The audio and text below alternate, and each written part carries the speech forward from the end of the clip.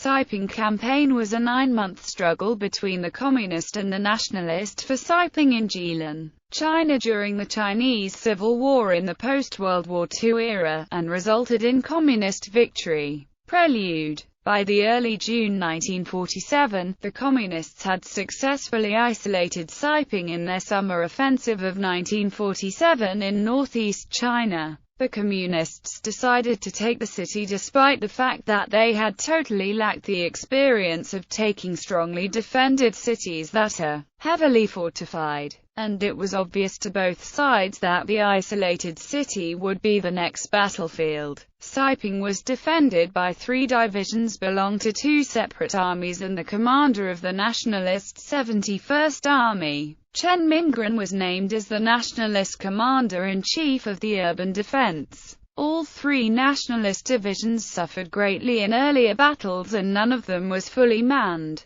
However, the Communists had eradicated nationalists in the region from Tiling in the south and Changchun in the north, and most of these nationalist forces had retreated to Siping. Chen Mingren successfully recruited and incorporated these forces into his force, and every able-bodied man who had a governmental job was also recruited into the local garrison. Construction for additional fortifications and strengthening the current ones was also completed in very short span of time, and in a devoted effort.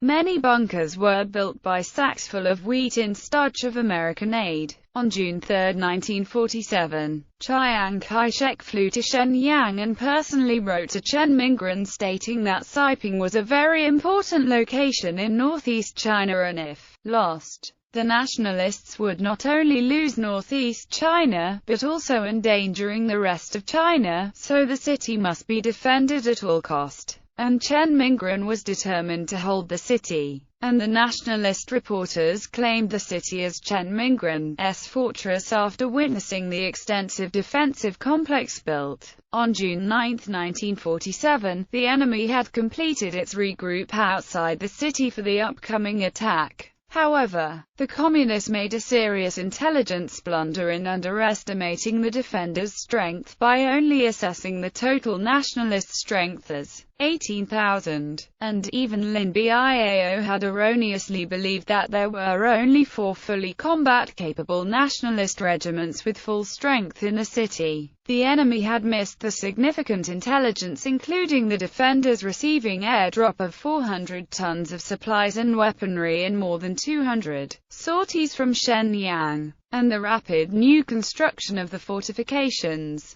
The defenders' recruitment of previously defeated nationalist forces into the local garrison was completely undetected by the enemy, and enemy did not expect the Nationalist Air Force would actively participate in the first stage in support of the ground troops defending the city, either. This serious intelligence blunder would have to be paid with an extremely heavy price later in the first stage of the campaign. Order of battle. Defenders. Nationalist order of battle. First stage. The 87th Division of the 71st Army, the 88th Division of the 71st Army, the 54th Division of the 13th Army. Second stage. Nationalist units with more than 19,000 troops. Attackers. Communist order of battle. The 1st column, the 7th column, the 6th column, the 3rd column. First stage. On June 11, 1947, the Communists began their assault on the nationalist positions outside the city, and on the same night,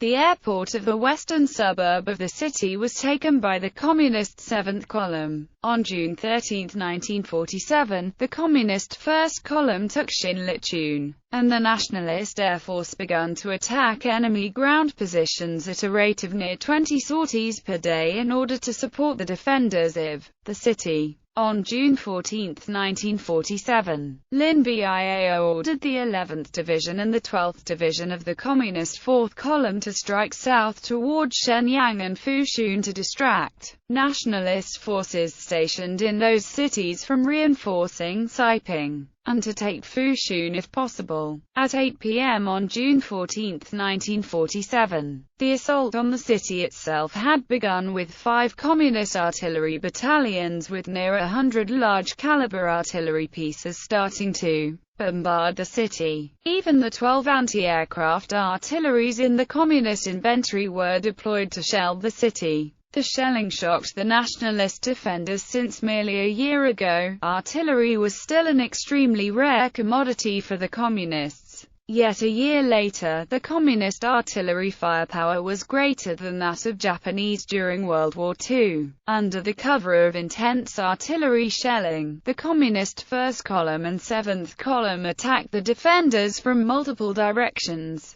40 minutes after the assault begun, the 2nd Division of the Communist 1st Column breached the defense in the southwest, and by 2 a.m. on June 15, 1947, the 1st Division of the Communist 1st Column also penetrated into the city from Haifeng village. However, the Communist 7th Column and the 3rd Division of the Communist 1st Column failed to breach the defense, and Nationalist Reserve launched multiple counterattacks on the enemy under the air cover, which had increased into more than 20 sorties per day. By June 16, 1947, the Communists' 1st Division and the 2nd Division inside the city had beaten back defenders' counterattacks for more than a dozen times. But in doing so, each suffered more than 1,500 casualties. The regions inside the city taken by the enemy was relatively small and only 1,000 or so defenders were captured alive by the enemy. But situation for the defenders worsened on June 18, 1947 when the Communist 7th Column breached the defense in northwest. The Nationalists had underestimated the enemy's resolution to take the city. Defenders' stubborn resistance was equally out of expectation of the attacking Communists as battle raged on with heavy casualties on both sides. By June 19, 1947, Lin Biao was forced to send the 17th Division and the 18th Division of the Communist 6th Column to reinforce the Communists fighting inside the city. With the newly arrived help, the enemy was able to take Nationalist strongholds at the Telecommunication Building, the Municipal Building, and the Central Bank Building, and the Nationalist headquarters of the 71st Army, that was also the headquarters of the Urban Defense, was besieged. There were many brick buildings in Siping, and bricks made from black earth were extremely tough that when hit by 60mm mortar rounds, there was only a dent left. The defenders capitalized on these strong buildings and turned them into formidable fortifications, and the Nationalist 71st Army headquarters was located in one of such bunkers, with the entrance sealed by a jeep. In addition to wide field of view, there were also dozens bunkers and pillboxes protected by minefields around the buildings to strengthen the defense. On June 20, 1947, the 17th Division of the Communist 6th Column unleashed its assault on the Nationalist headquarters, and by the evening, the enemy was dangerously close. Chen Mingren, the Nationalist commander-in-chief inside the headquarters, was forced to evacuate into another alternate headquarters in a different bunker in the eastern half of the city, while his brother, Chen Mingxin, the regimental commander of the Specialized Duties Regiment of the Nationalist 71st Army, was left to defend the original headquarters. After 3 hours of fierce fighting, the headquarters fell and its defenders were annihilated. Chen Mingxin, the regimental commander of the Specialized Duties Regiment of the Nationalist 71st Army, was captured alive by the enemy, and the stronghold that the Nationalists claimed to withstand enemy attack for more than a month fell in just 3 short hours. The fall of the Nationalist 71st Army headquarters had signaled the fall of the western half of the city into the enemy hands. But the enemy had paid a very heavy price. The 1st Division and the 2nd Division of the Communist 1st Column, and the Independent 1st Division and the Independent 2nd Division of Communist 7th Column suffered heavy casualties that they were forced out of action. And Ma Rengxing, the divisional commander of the 1st Independent Division of the Communist 7th Column, became the highest-ranked communist officer killed in the campaign. After more than a week of fierce fighting, the enemy finally took western half of the city with heavy loss. Only then did the enemy realize the serious blunder of the underestimation of the defenders. The nationalists defending the city was not 18,000, like previously thought, but almost twice, totaling more than 35,000. On June 21, 1947, the enemy was forced to send their reserves to join the fight. The 16th Division of the Communist 6th Column and the independent 3rd Division of the Communist 7th Column joined the assault on the eastern half of city, and Hong Zhuji, the commander-in-chief of the Communist 6th Column, succeeded Li Tianyu, the commander-in-chief of the Communist 1st Column, in the last part of the fighting as the Communist commander in charge of taking the city. Chen Mingren, the nationalist commander-in-chief of the urban defense, concentrated his remaining 20,000-strong force in the eastern half of the city, and by the evening of June 21, 1947, had successfully beaten back all enemy attacks. For the Communists, it was impossible to achieve numerical superiority after sending in 2 divisions following the withdrawal of 4 divisions. And the independent 1st Division of the Communist 7th Column, withdrawn earlier, was forced to be back in action again. The highest point in the Siping was a water tower, and the nationalists turned it into a formidable bunker manned by tough veterans of the Chinese Expeditionary Force in Burma and India during World War II. And these sharpshooters, armed with light machine guns, had successfully beaten back attacks by an entire enemy regiment for 4 times. After concentrating over a dozen machine guns suppressing the nationalist fire from the loopholes of the bunker to cover sappers setting up the explosives, the enemy finally neutralized the bunker in its 5th attempt. At the railroad crossing bridge, the defenders used an ingenious tactic by deploying beans. As 3 attacks by the Communist 8th Regiment of the 1st Column were beaten back, the enemy launched their 4th attack, personally led by the regimental political commissar Jin, and it appeared that the 4th attack might be successful. However, the defenders unleashed their secret weapon by opening 2 large sacks of beans which suddenly filled the ground. Everyone in the unsuspecting enemy assault team slid down and had very difficult time of getting up, and with beans on the ground, it was impossible to advance, retreat or reinforce, thus the enemy assault team was completely wiped out. Jin, the regimental political commissar of the Communist 8th Regiment of the 1st Column leading the 4th charge, was cut in half at the chest by a string of defenders' machine gun fire in front of the regimental commander of the Communist 8th Regiment of the 1st Column, Guan Shanlin, and thus became the 2nd highest-ranked Communist officer killed in action during the campaign. The streets of Siping was covered with blood and soldiers of both sides frequently slid down, and the situation became desperate for the defenders. That Chen Mingren, the nationalist commander-in-chief of the urban defense, was preparing to commit suicide and had his Browning pistol ready. Chen Mingren also ordered the defenders to burn every building after it was abandoned so that the attacking enemy would not be able to use it. After fierce battles, the last counterattack of the nationalist 71st Army was beaten back with heavy loss in the morning of June 23, 1947. But the Communist 1st Independent Division of the 7th Column suffered equally and was forced out of action once again for the 2nd time. Although the defenders could no longer launch any more counterattacks to the smallest scale, they were still able to put up a good defensive fight in their fortifications, but as time dragged on, even the defenders themselves began to have serious doubts how long before the city would fall into the enemy hands. The Communists were overconfident that the city would fall for sure, and the New China news agency had already issued a press release at the time, claiming that, after 12 days of fierce fighting, the enemy had suffered over 16,000 casualties and remaining survivors had nowhere to flee. The majority of the Siping had been under our control, and Chiang's army had been annihilated, and our troops were expanding the military success. On June 28, 1947, the Communist commander Chen Yi even sent a telegraph congratulating Lin Biao for taking the city.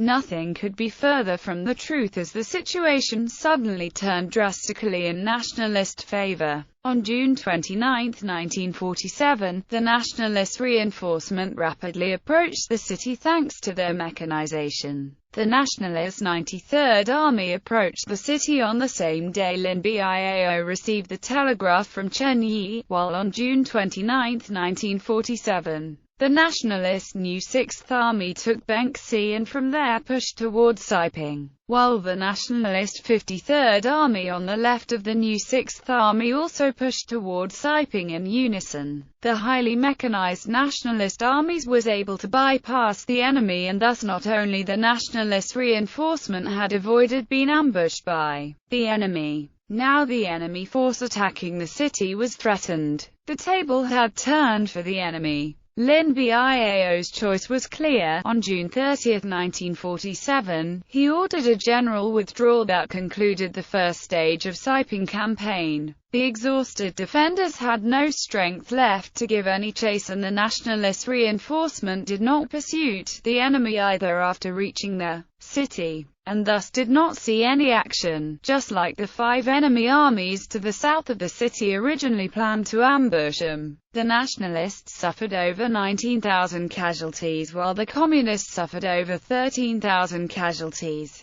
The nationalists had successfully beaten back the enemy and held the city. In addition to the enemy's grave underestimation of the defenders' strength, the associating indecisiveness of Lin Biao also contributed to the nationalist success at the first stage of the campaign. Lin Biao was trying to increase the gain of the Communist summer offensive of 1947 in northeast China by deploying 17 divisions to the south of Siping in the hope of ambush nationalist reinforcement. But this had not materialized. The 7 remaining communist divisions were simply not enough to take on the 5 technically superior nationalist divisions defending the city. Furthermore, only after suffering heavy losses did the 2 more divisions were redeployed to join the fight. However, the communists would not forget their goal, and they would be back with vengeance, as well as the valuable experience learned from this first attempt. For the nationalists, the city was still in their hands.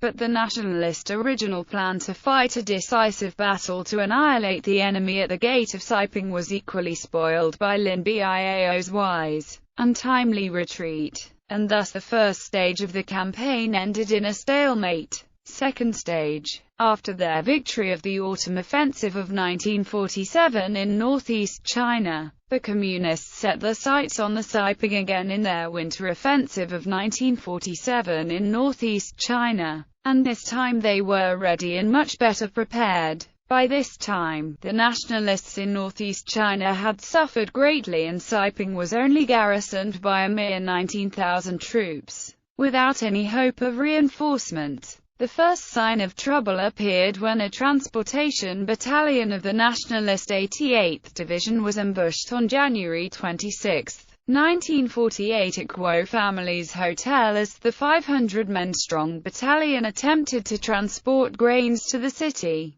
Though the enemy attack was considered unlikely, the nationalists nonetheless doubled the strength of the battalion and assigned over a dozen trucks and over 100 horse-drawn carts to ensure the safe completion of the job. Learning the news, Luo Ji, the deputy commander-in-chief of the communist base at the border area of Liaoning and Jilin, personally lead the units of the Communist 18th Regiment and the Mongolian Cavalry Regiment launched a long-distance surprise attack before dawn on the unsuspecting nationalist transportation battalion. In a short period of 40 minutes, over 70 nationalist soldiers were killed and more than 200 were captured alive by the enemy. The rest of the nationalists were able to successfully escape by trucks. But a truck and all of the 100-plus horse-drawn carts full of grains had to be abandoned and left intact for the enemy in the hasty retreat. On February 27, 1948, the order was formally given to take the city, and the commander-in-chief of the Communist First Column, Li Tianyu, the Communist commander in charge of last assault on the city nearly 9 months ago, was put in charge again for the second time. Similarly, 2 communist columns participated in the assault on the city nearly 9 months ago. The 1st column and the 7th column were tasked to take the city, with the help of the communist 3rd column, while the communist 2nd column, 6th column, 8th column, and 10th column were deployed to stop any possible nationalist reinforcement that never came,